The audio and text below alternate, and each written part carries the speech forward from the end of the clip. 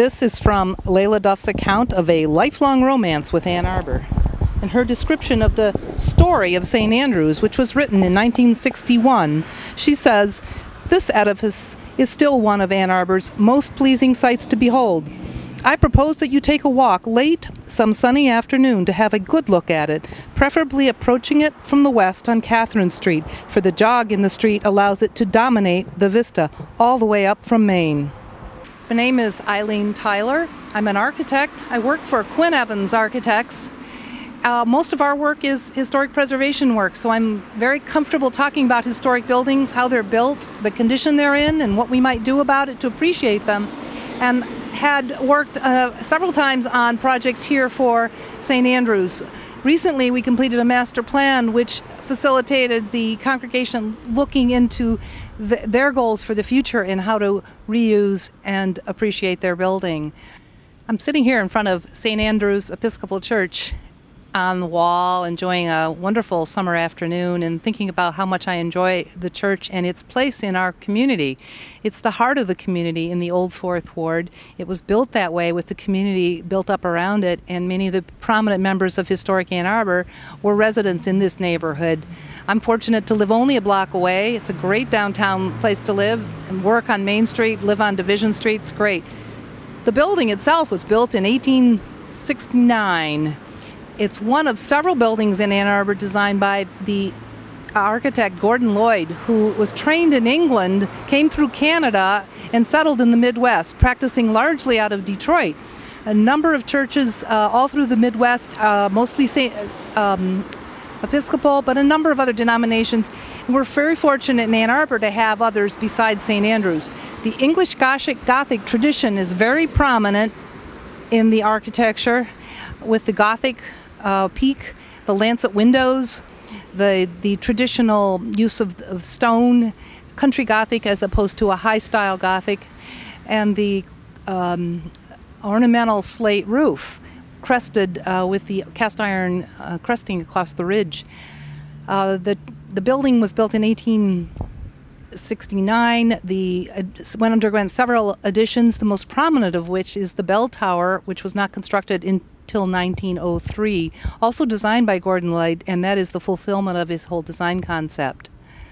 On the same site, and connected to the north of the church, is the Parish Hall, or Henry Lewis Hall addition. It's designed by U of M architecture professors Ralph Hammett and Frederick Odell. It was built in 1950 in a contemporary style and houses classrooms, offices, meeting rooms, and a small chapel. The lower level has a full-service kitchen and houses the St. Andrews breakfast program, which operates every day of the year to serve people off the street. If we start with the tower, which was built in 1903, it's built of the same materials as the older church sanctuary building, but it uses a limestone, Indiana limestone, as the trim around a rock-faced granite. And there are openings for the bells up in the tower, stained glass windows that are in lancet windows, and a spiral stair that fits into the corner projecting out here toward us.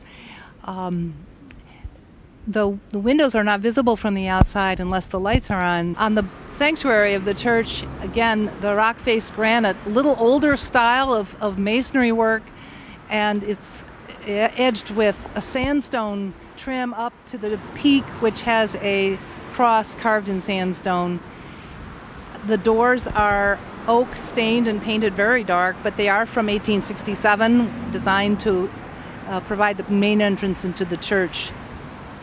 The slate is original to the building from 1867, has never been replaced. It is due for replacement, as we can see many slates slipping, cracked, and missing and discolored from the iron cresting that is bleeding down over the top.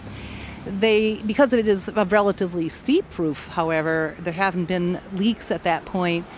But slate does have a lifespan that is somewhat exceeded here. What's unique, though, is the pattern, the diamond pattern that's still there, evident in the roof. When you go down to the lower roofs, you have a replacement shingle, which is actually an asbestos material, and that will have to be removed as well. It is also at least 60 years old. So we look for aging materials and try to keep them in the spirit of the original design when we do restoration work on a building as historically interesting and important as this one. What's not quite visible from the exterior is the series of clear story windows they have, because they have a protective glazing on the outside, which is very yellowed and not doing its really job of showing them off anymore. Behind them are quatrefoils shaped windows that provide wonderful quality of light throughout the interior of the sanctuary. It's up high. The lower windows are all ornamental glass and again obscured by yellowed Lexan and plexiglass. One of the windows has been re-glazed from the outside and you can begin to see the leaded patterns evident from the outside, but these are all due for some upgrade to the exterior storm glazing. If we look all the way to the back, you'll see the wonderful gable fretwork up in the peak. That's from the chapel building that was built in 1885. We call that building Page Hall. And it originally wasn't connected, and then in 1883 the two buildings were connected, and it was then later renovated as an offices and a choir room, but it's got a distinct character, also designed by Gordon Lloyd just at a later period. Also houses the rooms for the clergy.